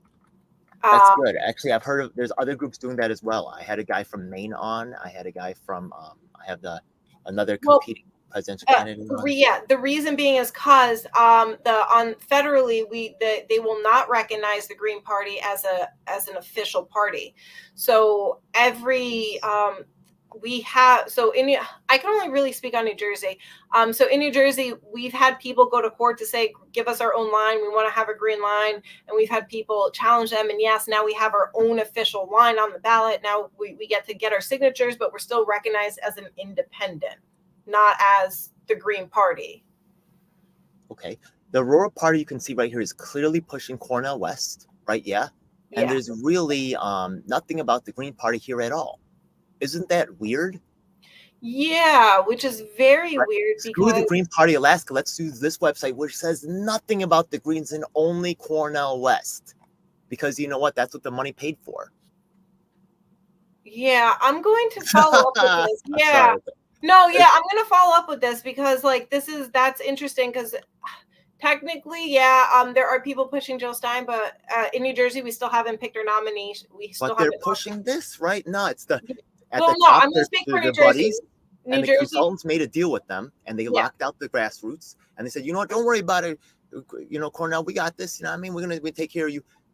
We got 20, 30 G's, right, from this other stuff before, right? Yeah, we're taking care of. We know that, right, we're controlling the money, right? We're never going to give these fools any of the money to actually start a state party. We're going to do what we do, right? Yeah, we're going to pass the money around. Oh, you know, I got this other stuff for you. Oh, you don't want that? It's not working out, right? These people asking weird questions. You don't want to have a primary. You don't want to talk to other. Isn't this the same? This is like Kamala Harris and the yes, and I'm not disagreeing, but I have in order. Okay, so in order for me to like challenge a person, I have to collect my evidence. So I actually have to do my research before I speak on a topic because I don't want to put I got all the evidence on my channel. I'm the primary source. Yes, so I have to send me the evidence that you have. Let me read it, and then I'll ask the questions. And there's actually I don't know if it's today or next Saturday. My friend's actually doing a live with Jill Stein, so I can throw these questions at her. She's a very tough interviewee, and she. You know what? I'm not here to be your enemy, but she's been ducking us, so I'm trying to have a conversation. But once again, it was interesting that you said that before about the BRICS thing, because but I get it, because America is like the top dog, so that's going to be just the way the game goes. A lot of problems. Yeah, as someone myself they blackballed me to the point of being locked out of everything, and I'm bitter about it. You know what I mean? And I'm about to I've been going real hard at them. So Jill Stein, stop running. Yeah, you're not my enemy. No, not at all. Not at all. Yeah. I don't. As long as you're in the room with me, Jill Stein can still be cool. Stop running. Yeah. As long as you stay away from, as long as you keep running, as long as you refuse to be in the same room with me, I'm gonna chase you to the end of the earth. Yeah, so I'm friends with her current manager. I'm going to reach out and ask, like, hey, you know, if Jill can't, can you go on an interview and answer some questions? Because he's got to be her face. And some other people too, right? Like the other Green Party candidates that are trying to run for president. We want to have a conversation. That's all. You know, the democratic process doesn't have to be all about me. Honestly, it shouldn't be. But the amount of work and the sacrifice and what they did to me, I deserve some kind of adjustment. I deserve justice. I don't really want to be famous. I deserve compensation for what y'all did to me, really, and what y'all did to the states. Versus the states too. Well, it's not just third party. Well, it's the entire 1% and the elites. Yeah. The problem is, and again, no one wants to be held accountable, and no one. And I see this like every day. It's like you go in and you go and you talk to a person who's committed a crime, and you're just like, or you know, they and they're so crafty with it too, right? When Cornell says, "Oh, it's a family problem," no, it wasn't. Oh yeah, no. Stop lying, Cornell. You run it independent. If it really was, they didn't want to run for president. Well, which is the other. Drop out completely. Bring up a good point. Yeah, stop lying. Good point. You do. Stop and then lying. The whole building the party, which was because when he came out with that announcement, there was a bunch of us in the group chat. We were like, "What is this?" Just so you know, I could show you other footage. I don't want to go too much deep into this, right? Yeah, but I actually have footage with Supreme from, remember he was booked to do Rage Against the War Machine? Supreme from Wu-Tang called them out as bullshit. I have elected state leader from Washington State, Mark Mixon, testifying to the Black Caucus at the UPA. I have Jamin Mason, who was actually on the Black Caucus of UPA. They talked to a staff member of Cornell. They weren't able to get to Cornell directly. I did, because I'm in New York. But they talked to a staff member, and they came back with the message that it wouldn't be appropriate for Cornell to address the situation of the racism, the sexual abuse charges. It just wouldn't be appropriate for him to do that. No, I have testimony on this. I have recorded testimony on my channel of this.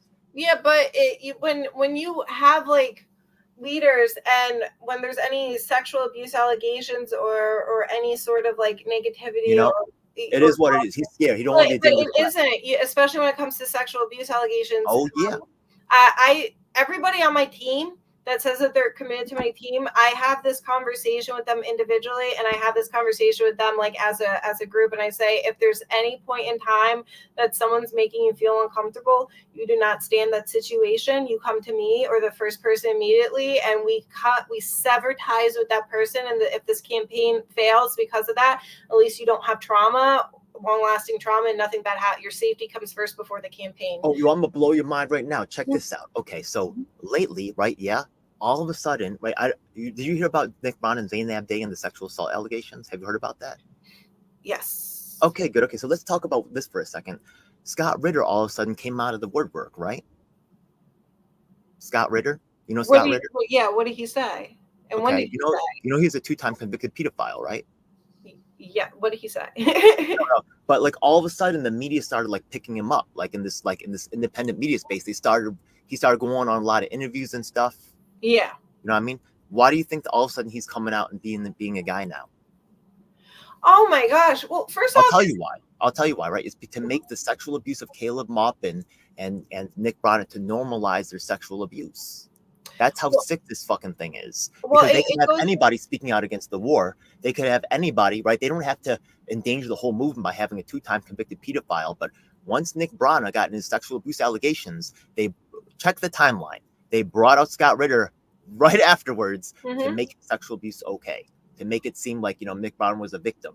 well, Are you serious? yeah, and this goes deeper because as you see, like, no one on the Epstein clientele list that's been exposed has been arrested or charged or anything. So it's just a lot more. They have normalized it's not like they're trying to. They have normalized sexual abuse. They have normalized harming people, and they have normalized doing extremely irreversible harm to other human beings as sports.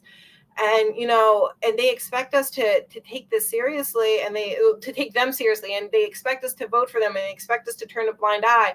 But there are two different people. There are people who everybody makes mistakes. I work with a lot of people who's been incarcerated. Well, wait. So but you got to be honest. No more hiding. Yeah. And I've spoken with people, and this is another field, unfortunately, I have working with victims too. And there are some people who make mistakes, and then there are some people who make the choices. And the people who make the mistakes, right? Hell yeah. So they never had a chance to begin with, and they did not know right from wrong because they grew up in such an abusive, sexualized, toxic environment that was very unhealthy for a child's development, that they thought this was normal, and then they're taught this was wrong, and they're like, oh my God, you know what? Now I know this is wrong. I'll never do this. I'm so sorry. And now they're making amends for the rest of their lives.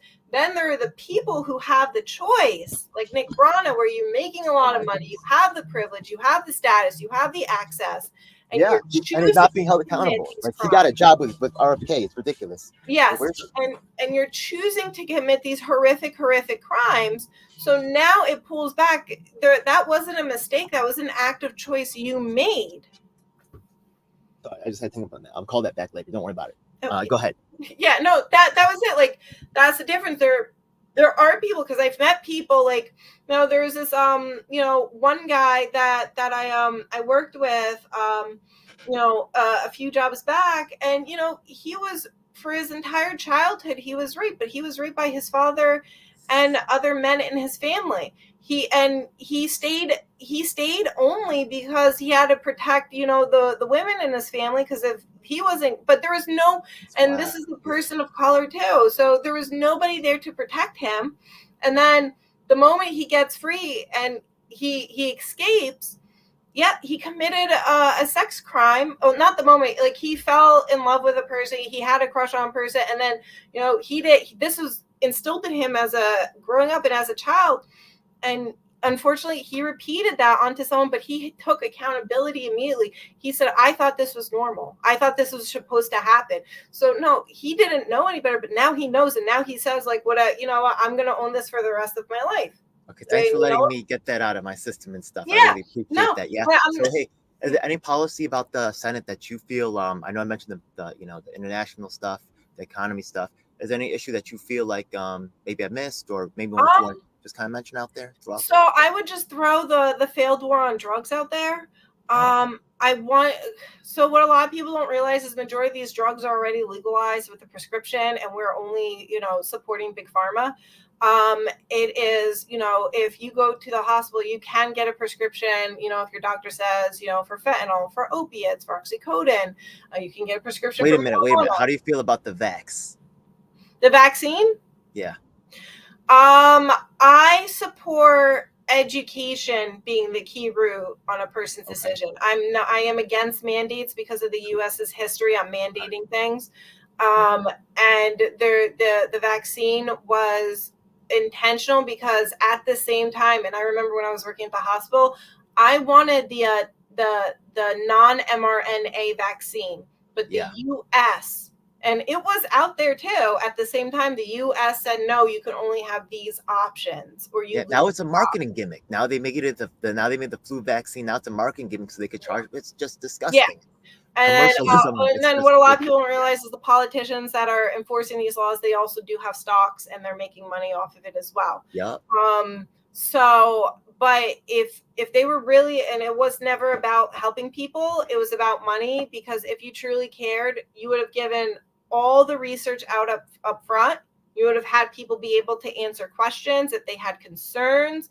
And then you were also offered the non-mRNA. It was,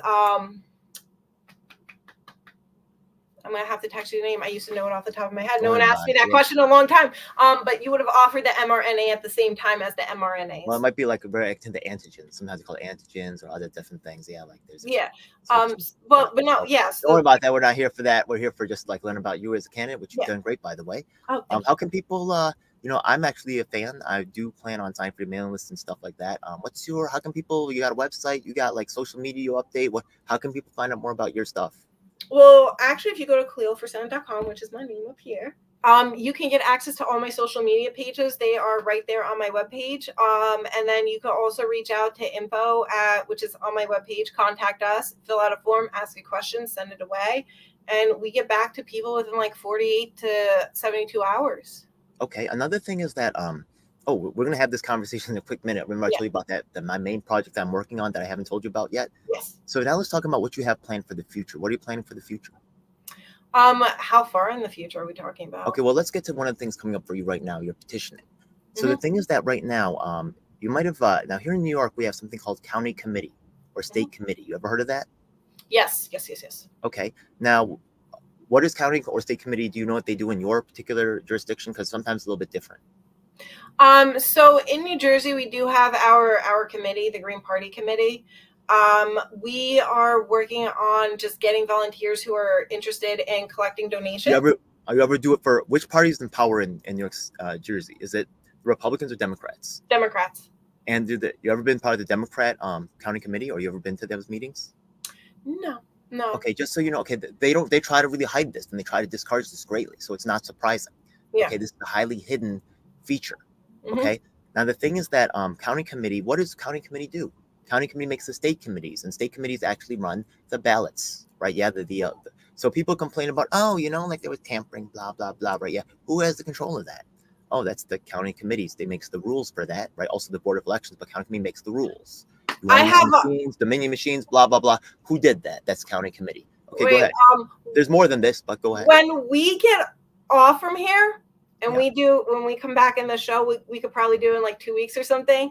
Yeah. I will show you how they pushed all progressive Dems out on the ballot. Oh, there's always coming up. Oh, it's coming up. Yeah, it's coming up. Yeah. Exactly. These types of shenanigans, right, can be executed at county and state committee. Another thing that they do here is in New York. I don't know. Some places have an election. So down with my one of the people that I know in Pennsylvania, right? Her name's Chinchilla Janiza. She got her judge Caroline Turner elected as a judge. You want criminal justice reform, electoral reform, right? Yeah, all these reforms. A lot of times the last stop is the judge, as you know, right? You're staying from the judge, right? Yeah. So if you can influence who the judge is, this really makes a huge difference. Now, county committee and state committee also make selections. Remember the Democratic judge. Where do the judges come from? They're not. It's like the state committee, the county committee is making these selections. Very powerful, and they've been used for corruption before. The last thing that they're used for here is actually somewhat related to what you said. There's something called special elections, and the thing is that when someone leaves office early for any reason, often on purpose, okay, they leave office early. They have a special election. Now we just showed actually in my last we had a civics education thing where we're trying to now how is this going to help you? I said we're going to run a project together, right? Yes. So the thing is that you find people who's going to be running for county committee in your district or even out, well, you're all state, so you're one of the best positions ever. So anybody in the state running for county committee, you say, let's form a team up. While you're getting your petitions for county committee, you can also get me on your thing at the same time. I can come out to your event, you know what I mean? People will show up to sign your petition, and you seem like a big shot, and we can all work together, and this can be a good time, you know what I mean? So this is called Rep My Block. This is actually an open source data. It's available on GitHub. You can run it independently. Here in New York, we actually upload the data ourselves, thanks to Theo Chino. It's a lot of sweat and blood and tears, because if there's a hyphen or a dash or an apostrophe, it throws the database all crazy. We have to realign it, right, and make it available for you district by district. And we're doing that. The last one this Sunday is the last informational meeting. But the sad thing is that, okay, we actually recommending right now, okay, to go join the party that's in power, so you can affect the ballot process. So we say there's a local strategy. Well, I say there's local, a state, and a national strategy. National strategy, I'm green all the way, right? Yeah, but local, to execute that level of control, we can also share information between election districts. You see what I mean? Yes. So and that's what the bosses are doing. They're not telling us. They give us all the low yield work. They say go door to door, talk to these people that might vote. You know, I mean, they know the people who's the big high yield, who's actually voting in the machine stuff, and all those people are hanging out at county committee. So it's time for you to go down there. I recommend that you. A lot of people, people ask me to run their campaign, and I say, you know what? I say, look, be honest with you, I don't want to run a vanity campaign. I'm not here to take your money and rip you off. Just run for county committee, do the process, get to know the people, you know what I mean? Know the other players in the game, and then, then come. Well, they won't speak to me. Well, I mean, yeah, because they're Spanish. You're right, because they don't want people joining. They keep it as quiet as death. Yeah. And if you have an in to get me into one meeting, I will be there.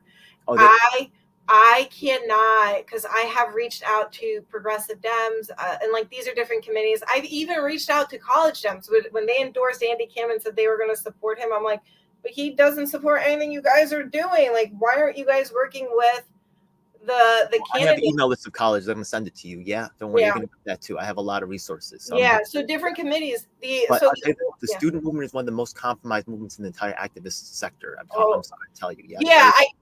I kind of learned that with college Dems. The Democrat, I have emails of almost a whole bunch of across. And then the Sunrise movement too. Sunrise. Oh my goodness, they kicked me out of Safe Section 9. You too. They called me anti. You know what they called me? They called me anti-Semitic, but it's not true, because I swear to God, Andrew Yang, the AIPAC thing that we're talking about, they're misusing the Asian Americans and using it to fund the Israeli state with no Asian Americans in his staff. This is a insult to Asian Americans, and I'm trying to get this addressed. So thank you. Yeah, you could be very the Sunrise movement, I've actually called them out because they clearly don't care about the climate or Andrew Yang cannot do here. Help me lock him out of New Jersey. If Andrew Yang, you'll see whenever he does an event in New York, it's always like a hidden location. He knows I'm coming. And I will find often where he is and disrupt his stuff. I'll join you on the next Andrew Yang disruption. Just shut him out of New Jersey, right? Yeah, we just look. You're in New Jersey. I'm in New York, right? Yeah, we're gonna wreck these people. These millionaires who think they're gonna come in. Trust the ones that be with you, not the ones that they give you. You know what I mean? So I'm a rock. You in the room with me? We're a team, right? Yeah, Jill Stein, right? Yeah, we could be friends, but you ain't meeting with me. Fuck you. You get the fuck out. Try to do anything in New York, Jill. No. You're gonna get shut out. I'm telling you. He's gonna meet with you. It's not personal. When you start talking to me, you have a chance. But if we ain't talking, we got a problem, Jill. Yeah, that's it. I will have someone on the team meet with you. All right. I will hound them. Now, if they don't listen to me, then I'm gonna be like, okay, maybe. But so far, they've connected with the people I've asked them to connect to. It's been a brutal. Oh my God, I have so much. I don't know if you have time to watch all this stuff, but I'm going to help you in the race with the Koreans and all this other thing. So I'm very excited. I just want to and I really encourage Koreans. I remember there was this one gentleman, I think he is in New York. I was listening to his podcast and he was in tears because he was talking about his mom coming over and that she was an immigrant and everything she sacrificed raising him. And he made it very successful so he could take care of her. But he was just crying and reminiscing on the sacrifices she made. And I'm just like, well, could you imagine if she came and had the support and didn't have to break her back the way she did? Because I can imagine I've worked with immigrants and I'm just you don't actually, it doesn't have to be this painful sacrifice when people come over to raise their kids anymore. It doesn't have to be that way. And we can even make Korea better too. Appreciate that. Yeah. Actually, I'm going to get out of here soon because I actually going to do this thing with Alan Kalinj, what we have actually, which him is pretty cool. The thing is that just so you know, on President's Day, I'm having a President's Day debate and town hall, so you can ask questions and stuff. Maybe we're also going to have, I think, the week after that, next Sunday, I think there's going to be a presidential forum, and also we're going to invite other candidates as well. But it's specific about New York City public housing, which is actually Section 9. Mhm. Okay, I think Section 9 has been phased out in most states. I don't think it exists. Does it exist in New Jersey? I don't know. I've never heard of Section 9. I've only heard of Section 8. Section 9 is public housing. Section 8 is affordable housing. Section 9 is based on your income, right? So you're protected, right, if you lose your job. But Section 8 is, it's done to the medium inmate of the neighborhood. So, right, yeah, you got to keep up with the Joneses. That's what it is. That's what. Okay, we only know that as income-based. Okay, I've only heard of it as income-based housing. Well, it's the federal code for it, right? So yeah, it's just another. There's a zillion names for everything, right? Yeah, they could also call it something else, but also in everything tricky, as you know, right? Yeah, a lot of times they'll reinvent what the word means, and then what they promise you becomes a poison, and then it just it's all garbage. So we need people in there, like you said before, to call it like it is. Not saying that we need everybody. Honesty, integrity is more important than being a genius or being famous or any of this other stupid stuff.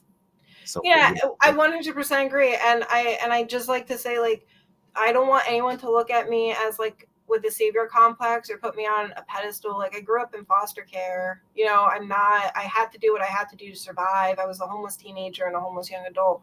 I'm not saying I never murdered anyone. I never sexually assaulted anybody. I never beat anyone. But like, I didn't do anything to the extreme. But I'm also not like a savior. I'm not this pure, innocent person either.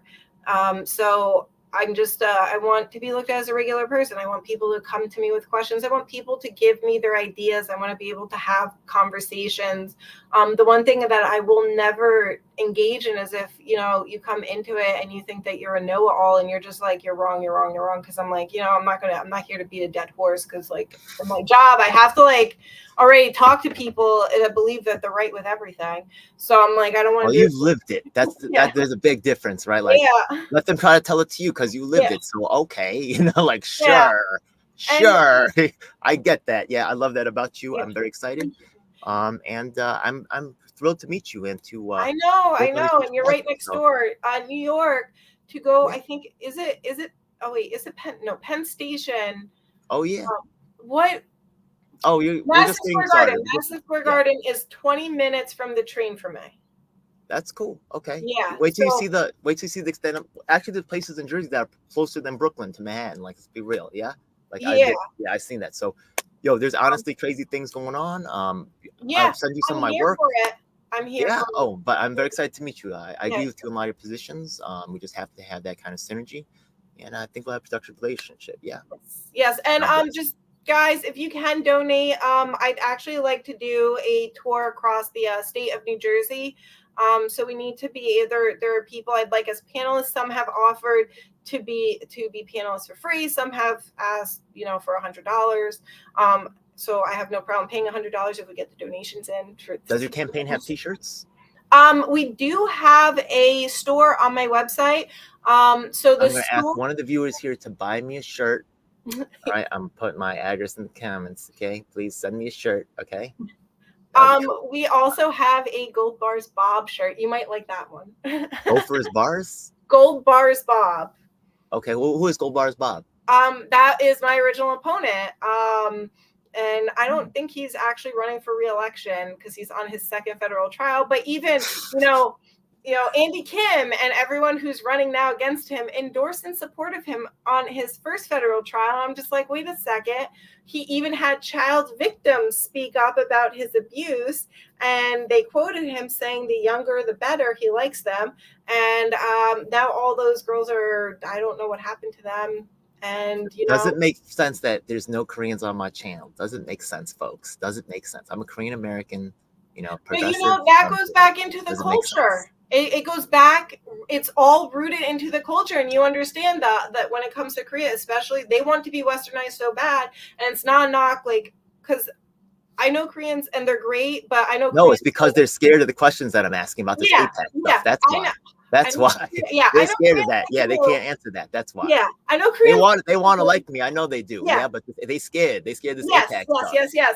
But it goes. The guy who his name Andy Chen. He holds the sign. I stand with Israel. Come on, man. Like, You know what I mean? Like, but he's Chinese, so it's not the same for him. Being Korean, right? You know, our country was also occupied. You know what I mean? Yeah. So this guy got $250,000 for his campaign. Oh my God! I mean, yo, they reward him richly. Oh my God, disgusting. Yeah. But hey, look, I'm really excited to meet you. I'm sorry, I'll get to get the last word, but I do want to end this. I gotta get to Ellen, presidential tell candidate. Ellen I say hi. We're gonna do work together. Yeah. Yes, tell Ellen I say hi, and I gotta reach out. Tell him I'm sorry. I'm just so busy. But you should be.